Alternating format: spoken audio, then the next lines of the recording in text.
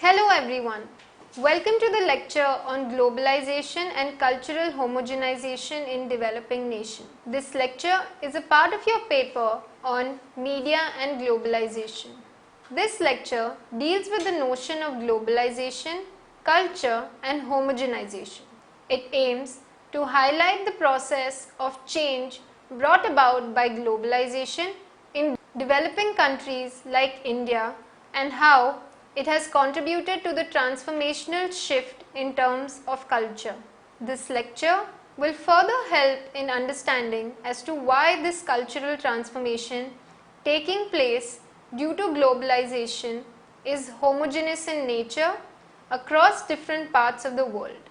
It will further highlight how the process of globalization does have an impact in different societies, but the transformational change brought about by it is relatively similar to that of the developed societies, especially in terms of cultural understanding.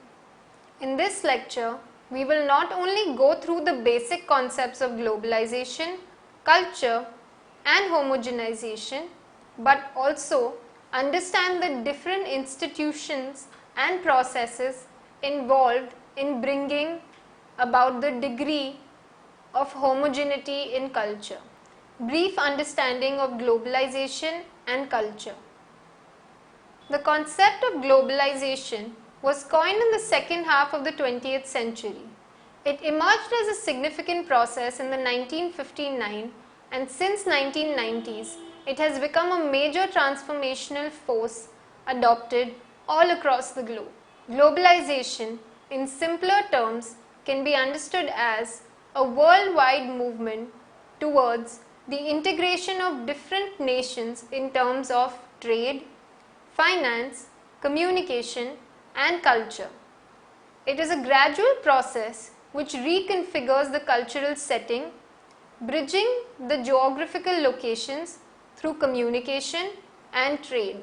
It strives to bring about newer forms of lifestyle and social statuses within the society.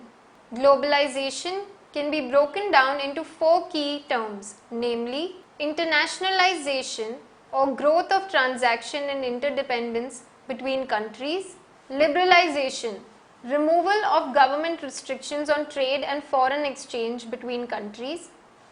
Third, universalization, dispersing of objects and experiences to people at all inhabited parts of the world. And finally, westernization, where social structures of modernity like capitalism and industrialism are spread across the globe. Culture as a term has been derived from the Latin term colere, which means tend to the earth and grow, or cultivation and nurture.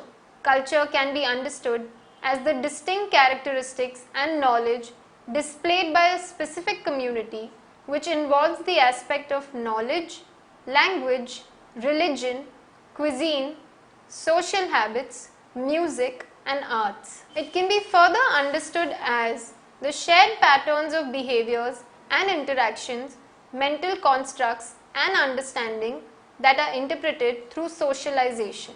As a result, the process of socialization between different ethnic communities bring about a diverse set of cultural constructs within the society. For instance, the women of Bihar performing the Chhat Puja, which is a cultural ritual of observing fast for the long life of their spouses, as a result of socialization has become a cultural process from the rural spaces to urban spaces in India. What can be further observed here is that the process of globalization not only resulted in the movement of material capital but also human and social cultural capital, which has brought about the socialization of different cultural forms across the globe, thereby formulating newer forms of hybrid culture or overlapping of traditional cultural forms by its modern ones. However, despite such trends, there is a growing argument over homogeneity of culture taking place in developing countries due to the cultural dominance of developed countries as a result of globalization. Subsequent parts of this lecture will deal with this argument as to whether globalization actually results in homogeneity of culture, and if so, then what is the nature of its impact on developing countries. The debates on globalization and cultural homogenization. The term homogenization refers to the idea of some or all things becoming or being made the same. It can be argued as a kind of imitation or copy in a conscious act of impersonation. Imitation, however, can also be used to create an equivalence, be it in the case of art, music, taste, fashion, etc. Homogenization is generally considered as an unfavorable process as it does not allow for the scope of distinct identities, which can be differentiated from one another. However, it can also be appreciated in terms of developing a universal acceptance and preventing the scope of cultural clash due to unfavorable socialization. The notion of cultural homogenization basically refers to the transformation of existing cultural forms upon interaction with others, where a certain cultural characteristics are placed in dominance over the others and following both consciously and unconsciously by a larger section of the society. The nature of similarity that can be seen in terms of culture across different societies is understood as homogenization of culture. It is argued that with the growing interdependence between different nations, there is a transfer of cultural forms across different parts of the globe, whereby the developed nations such as USA, Britain, France have an upper hand in terms of imposing their cultural forms onto the developing nations through the forces of globalization. As a result of which, the cultural trends that are seen in developing nations to a greater extent are influenced by the cultural forms of the developed nations. For example, the Americanization of the dressing sense in the urban settlements can be seen as a classical example of cultural homogenization. For example, people working in India in various multinational companies are expected to wear Western formals. This nature of expectation is almost in every multinational firm where the dressing sense of people is largely Western. Despite the fact that each employee has his or her distinct cultural trait, homogenization from the context of globalization has brought about a nature of similarity within the culture across different regions. Globalization has been a key agent in this very process because it has brought about the different countries to interact with each other in terms of trade and commerce, where exchange of goods as well as communication is taking place. The communication, to a great extent, is influenced by various cultural forms. India, for instance, is involved in trade with America in terms of raw and material products. However, in this process, a lot of American traits can be seen in the case of Indian societies, such as people's dressing sense shifting from cultural traditional wear such as kurta pajamas and saris to ethical modern wear such as shirts, pants or jeans, etc. Not just that, there is a similarity in terms of taste, music, etc. For instance, the growing taste for EDM or the electro dance music is purely Western, adopted style of music which has been growing acceptance in India. Even in terms of language, it is playing an important role. English, for instance, is being universally accepted as a general language for communication, not only at formal structures and institutions, but even at informal structures such as at familial levels. Globalization has transformed English as the means of communication with the potential of being not only a diverse factor, but also as a means of communicating alternative opinions within the society. It is also argued that homogenization due to globalization is not absolute, rather, both homogeneity and heterogeneity exist. Although the visibility at ground level of any society may be that of cultural homogeneity due to the greater frequency, there are, however, certain cultural forms which remain traditional despite the forces of globalization and they evolve within its own space, thereby creating its own realm of acceptance. For instance, if we look at the royalty of India, the prince and the princesses have not given away their cultural identity. Their style of conducting their respective lives in terms of dressing, taste and conduct is purely traditional. Though they may have shown tolerance towards the Western influences, but their cultural identity remains intact.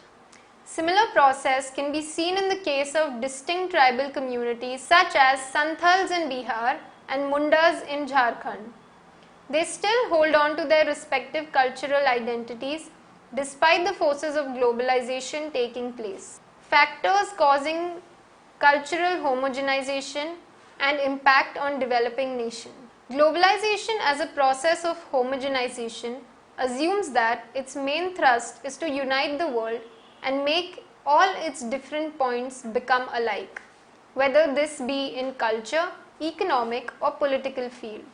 In order to do so, it involves certain important factors that are responsible for bringing about a universal similarity in terms of culture.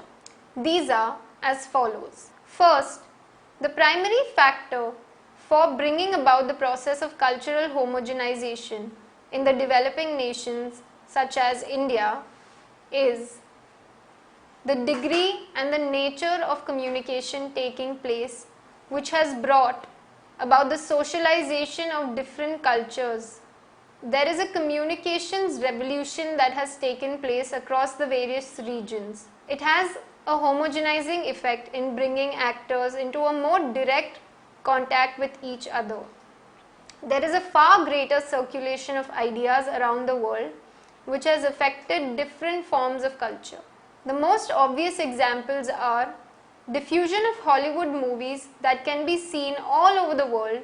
In India, for instance, is greatly influenced by Hollywood and the attempts to mimic its traits in several of its films can be seen in the form of story narration, the action, the direction, etc.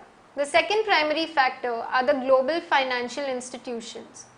Global institutions such as the World Bank, the WTO, the IMF, and the UN also play an important role in the process of cultural homogenization. They do so by promulgating global rules for all nations to follow. They contribute to this homogenization. For instance, the push by the UN for protection of human rights has greatly affected the developing nations and is trying to bring about a structural change in terms of equality, which, if looked upon from the cultural perspective, can be quite a challenge. For instance, the idea of feminism in India is trying to break through the dominant cultural constructs and marrying to make space for its acceptance within the society. Similarly, the IMF, by imposing demands for structural adjustments to the country's public finances, also has a homogenizing effect on culture both directly and indirectly. The third primary factor is the process of trade. Globalization has brought about an integration of almost all the national economies into the world market.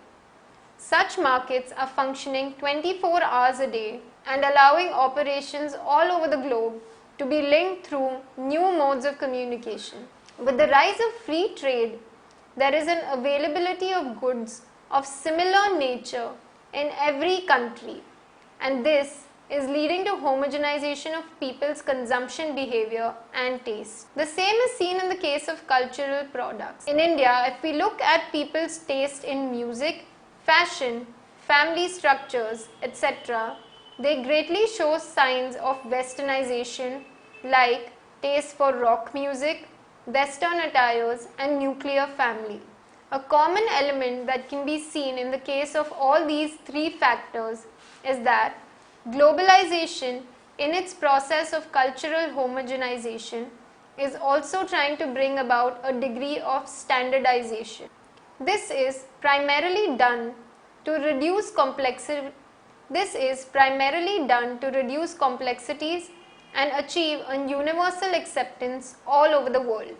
Media here has seen a very prominent role to play to push the process of homogenization of culture and concretize it in different developing realms. The process of modernization and westernization of developing countries has been pushed and reinforced by mass media such as TV, newspaper, radio, movies, etc. The very notion of the global village, or that the world is considered as a single community linked by telecommunications, has been possible due to the communication revolution. Media in the modern societies is creating an image of a man with alternative attitudes. Such a spread of new attitudes are not only familiar but also alternating in nature. A materialistic culture and consumerism that are spreading through mass media are creating a mechanistic and individualistic way of life. In general sense, the kind of cultural homogenization that is being witnessed in the developing nations such as India is largely limited to the material level and consumer and cultural goods. What can be observed here is that technological innovations such as television or computers have transformed the way the developing societies. The power of media is opening the population of developing countries to the outside world. It is doing so with minimal resistance. The contemporary cultural homogenization is distinct from the practices of the past, as it largely is oriented towards capturing mass audiences and not just converting the elites. The local media structures such as vernacular press, art, etc. are getting overpowered by the Western forms of media. Western states and enterprises are integrating most of the country's developing world in a cultural area that is mostly dominated by them. Most of the developing countries import, by the way of mass media, knowledge, cognitive orientations, cultural and economic values, and social systems belonging to the countries controlling such media. For instance, Western soap operas, movies, shows, and Hollywood production are screened everywhere and viewed by large audiences across the globe.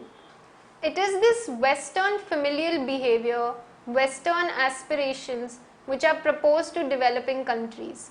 The diversified way in which all are presented is much more attractive, persuasive than juridical disposition. MTV, for instance, is a fascinating illustration of the influence of American television and music industry. The main consumers are the young, mostly under 30. The messages are complex, sometimes subliminal. They offer an idea of freedom and disdain of authority. They catalyze consumption, reinforce that we are the world identity. It is a feeling of connectedness to the larger world. Its main characteristic and the strongest tool is that the majority of the consumers of the homogenized culture are young people. Families and traditional social structures are losing or have already lost their educational role. Pop stars have emerged as their moral authorities. They focus only on consumption. Resistance to phenomenon seems meaningless. Such an impact is also a problem. The problem is that most of the people watch television without any real experience of the Western life. All they see is the material side. This can lead to a development of a feeling of inferiority, to the rejection of one's own culture, and to an eager will to embrace the consumerist monoculture. Young people in developing nations, even though not only having the financial power, try to wear jeans, shoes, sunglasses of famous mark. They have the mobile phones and electronic devices that develop an illusion of participation in the global culture. This ultimately leads to the negative self-perception. People no more compare themselves to their peers or to their neighbors, but to a utopian image of stars. Community ties are now broken. Consumerism generates hunger for material status, symbols, new material needs. The cultural homogenization that occurs through media also contributes to political passivity. Although hundreds of millions of children and teenagers around the world listen to the same music and watch the same film, there is no global consciousness appearing other than the passion to consume. Cultural homogenization, a growing concern.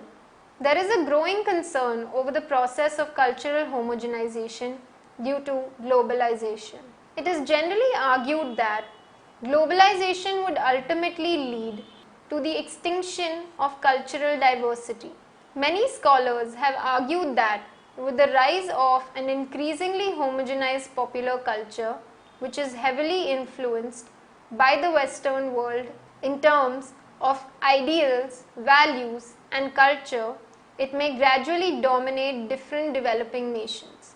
However, globalization does not mean absolute sameness.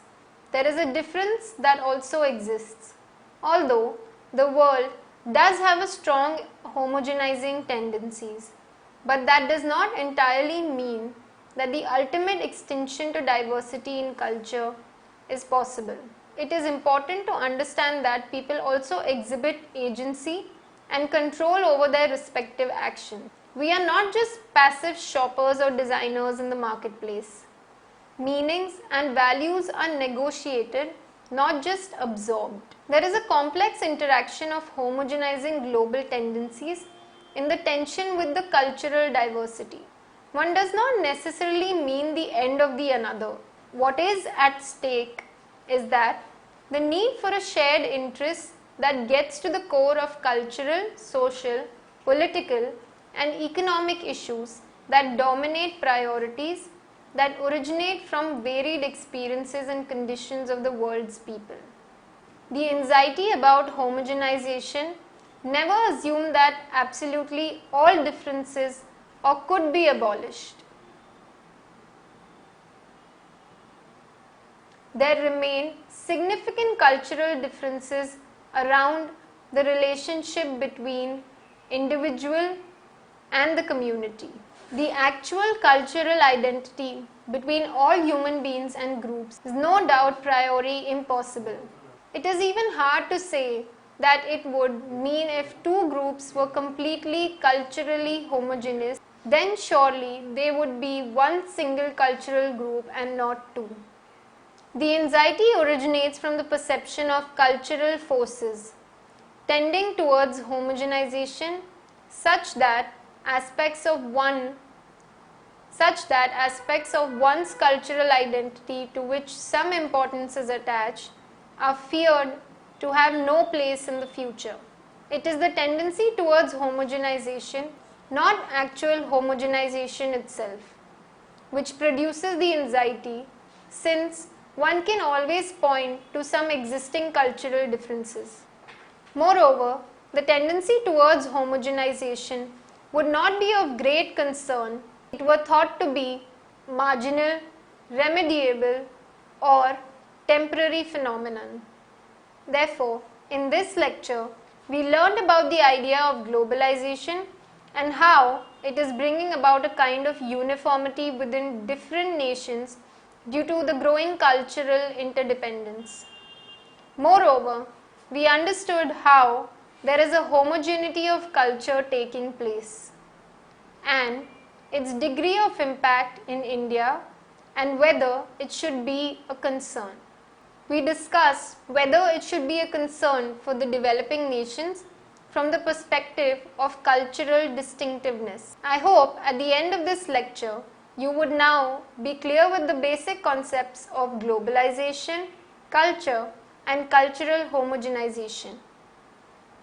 We explained as to how globalization is pushing for homogenization within the realm of culture across different countries and the kind of impact that has created.